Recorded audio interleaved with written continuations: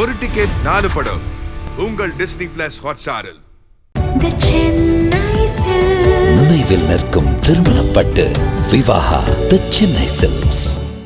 ஏடிஎம்கேக்கு அணிலாக உதவிய விஜய்க்கு வில்லியான கோமளவல்லி. காங்கிரஸை சீண்டாத ரகசியம் என்ன?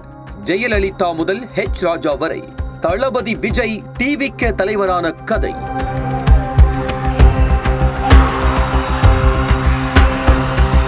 சினிமா நடிகர்கள் அரசியலுக்கு வருவது தமிழகத்திற்கு புதிதல்ல.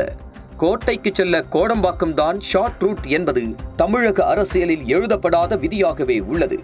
அண்ணா, கலைஞர், எம்ஜிஆர், ஜெயலலிதா, விஜயகாந்த் என 5 அரசியல் ஆளுமைகளும் கோடம்பாக்கம் கேட் பாஸ் வாங்கி வந்தவர்களே. அந்த பட்டியலில் காடு போட்ட ரஜினி திரும்ப பெற பாஸ் வாங்கி கமல் உள்ளே இருக்க புதிய வரவாக தமிழக வெற்றி கழகம் வந்துள்ளது. விஜயின் அரசியல் பாய்ச்சல் இன்றோ நேற்றோ அல்ல. ஈழப்போர் உச்சகட்டத்தில் இருந்த 2008ஆம் ஆண்டே பிள்ளையார் சுழி போடப்பட்டது. போரை கண்டித்து தமிழ் திரையுலகம் நடத்திய உண்ணாவிரத போராட்டத்தில் பேசிய நடிகர் விஜய், ஈழத்தில் போர் நிறுத்தப்பட வேண்டும், தமிழர்கள் பாதுகாக்கப்பட வேண்டும் என்று பேசினார். அதே ஆண்டு கச்சத்தீவு அருகே மீன்பிடிக்கச் சென்ற நாகை மீனவர்கள் இலங்கை கடற்படையால் சுட்டுக் கொல்லப்பட்டனர்.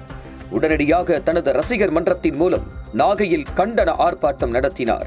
அதில் பேசிய விஜய், நான் நடிகனாக இங்கு வரவில்லை, தமிழன் தாக்கப்படுவதை கண்டித்து ஒரு தமிழனாக வந்திருக்கிறேன். இதற்கு யாரும் அரசியல் சாயம் பூச வேண்டாம் என்று அரசியலா தமிழனா எனும் விவாதத்தை ஏற்படுத்தினார். அந்த விவாதத்தின் சூட்டிலேயே 2009ஆம் ஆண்டு ரசிகர் மன்றத்தை மக்கள் இயக்கமாக மாற்றி ரசிகர்களை மக்களுடன் நெருங்க வைத்தார். ரசிகர்களை மக்களுடன் சனநாயக நீரோட்டத்தோடு கலக்க வைத்த விஜய் டெல்லியில் ராகுலை சந்தித்து பேசினார். இந்த சந்திப்பு ஈழப்போர், அரசியல் என பல அடுக்கு விவாதங்களை ஏற்படுத்தியது. காவலன் பட ரிலீஸ் நெருக்கடி அவரை நெருக்க 2011இல் விஜய் அதிமுக ஆதரவு நிலையை எடுத்ததாக தகவல்கள் வெளிவர தேர்தல் முடிந்து ஜெயலலிதா ஆட்சி அமைத்தார். அப்போது அந்த ஆண்டு அதிமுக வெற்றி பெற்ற போது ராமர் பாலம் கட்ட அணில் உதவியது போல அதிமுக வெற்றிக்கு நாங்கள் உதவினோம் என்று SAC பெருமிதமாக கூறினார். அதனை உறுதி செய்யும் விதத்திலேயே ஜெயலலிதா ஆட்சி காலத்தில் வெளிவந்த வேலாயுதம் படத்தில் நான் ஆளும் கட்சி என வசனமும் இடம்பெற்றிருந்தது.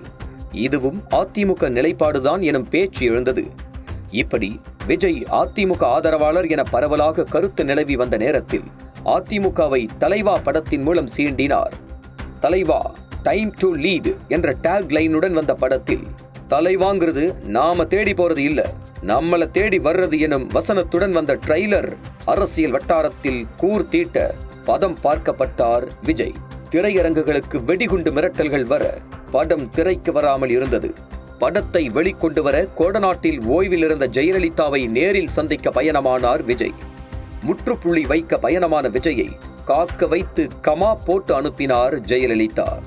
இது விஜய் ரசிகர்களை கொந்தளிக்க வைக்க முதல்வர் அம்மா இந்த பிரச்சனையில் தலையிட வேண்டும் என வீடியோ வெளியிட்டார் விஜய். இந்த பிரச்சனையின் போது ரசிகர்களிடமிருந்து விஜய்க்கு கிடைத்த ஆதரவு பிற்காலங்களில் அவர் செய்ய போகும் சம்பவங்களுக்கு தலையாய் அமைந்தது என்று கூட சொல்லலாம். தலைவா படத்தில் அதிமுகவை சீண்டி பார்த்த விஜய் விவசாயிகள் பிரச்சனைகளை மையமாக கொண்ட கத்தி படத்தில் காத்துல ஊழல் செய்கிற ஊரியா இது என திமுகவையும் சீண்டினார். மாநில கட்சிகளை வம்பிழுத்து கொண்டிருந்த விஜய் மெர்சல் படத்தில் மருத்துவத்துறை ஊழல், GSTக்கு எதிரான வசனம் என மத்திய அரசை கண் சிவக்க வைத்தார். பாஜக நிர்வாகி ஹெச் ராஜா விஜயின் இயற்பெயரான ஜோசப் விஜய் என்பதை குறிப்பிட்டு அவர் மீது மத ரீதியிலான சாயத்தை பூசினார். இதனை கையில் எடுத்த விஜய் மெர்சல் படத்தின் வெற்றிக்கான நன்றி கடிதத்தில் ஜோசப் விஜய் என்று குறிப்பிட்டார். மெர்சல் பட பிரச்சனையில் திமுக தலைவர் மு க ஸ்டாலின் தொடங்கி ராகுல் காந்தி வரை விஜய்க்கு ஆதரவு தெரிவித்தனர். சர்க்காரில் வில்லியாக வரும் வரலட்சுமிக்கு மறைந்த முதல்வர் ஜெயலலிதாவின் இயற்பெயரான கோமளவல்லி என்ற பெயரை வைத்ததற்காக அதிமுகவினர் கடும் கண்டனங்களை பதிவு செய்தனர். இப்படி ரீலிலும் ரியலிலும் நிகழ்கால அரசியலையும் எதிர்கால திட்டங்களையும் கூறி அரசியல்வாதிகளை அதிர வைத்தார் விஜய். 2019இல் பிகில் பட இசை வெளியீட்டு விழாவில் யாரை எங்கு உட்கார வைக்க வேண்டுமோ மக்கள் அவர்களை அங்குதான் உட்கார வைக்க வேண்டும் என்று பேசியதும், அதிமுக கொடி விழுந்து இளம்பெண் சுபஸ்ரீ மரணம் தொடர்பாக பேசியதும் மீண்டும் அதிமுகவினரை அதிர வைத்தது. கிடைக்கும் இடத்திலெல்லாம் அரசியல் ஆசைகளை வெளிப்படுத்தி வந்த விஜய் நீட் தேர்வால் உயிரிழந்த அனிதா குடும்பத்திற்கு நேரில் ஆறுதல், ஜல்லிக்கட்டு பிரச்சனை என அடுத்தடுத்து சத்தமில்லாமல் பல சம்பவங்களை செய்து வந்தார். அரசியல் வட்டாரத்தில் தொடர்ந்து பேசுபொருளாகி வரும் விஜய் கடந்த ஓராண்டாக விஜய் மக்கள் இயக்கத்தின் மூலம் பல நலத்திட்ட உதவிகளை செய்து வருகிறார். சமீபத்தில் கூட வெள்ளத்தில் சிக்கிய திருநெல்வேலி மற்றும் தூத்துக்குடி மக்களை சந்தித்து அவர்களுக்கு விஜய் உதவி செய்துள்ளார். நடந்து முடிந்த ஊராட்சி தேர்தலில் வெற்றி பெற்ற தனது இயக்க நிர்வாகிகளுடன் சந்திப்பு நடத்தி வாழ்த்துக்களை தெரிவித்தார். இது அடுத்து நடக்கும் தேர்தலுக்கு வெள்ளோட்டம் பார்க்கும் செயல் என்றனர். அதன் தொடர்ச்சியாக தற்போது மாணவர்களை சந்தித்த செயலையும் ஒப்பிட்டு பார்க்க முடிகிறது.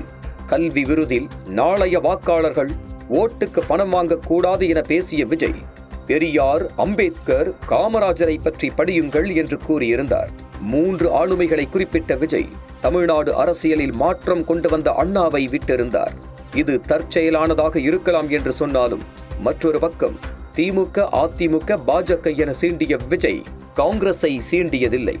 மக்கள் விடுதலைக்காக போற்றப்பட்ட பெரியாரையும் அம்பேத்கரையும் குறிப்பிட்ட விஜய் வாக்கு அரசியலில் ஈடுபட்ட காங்கிரசின் முன்னாள் முதல்வர் காமராஜையும் பேசினார்.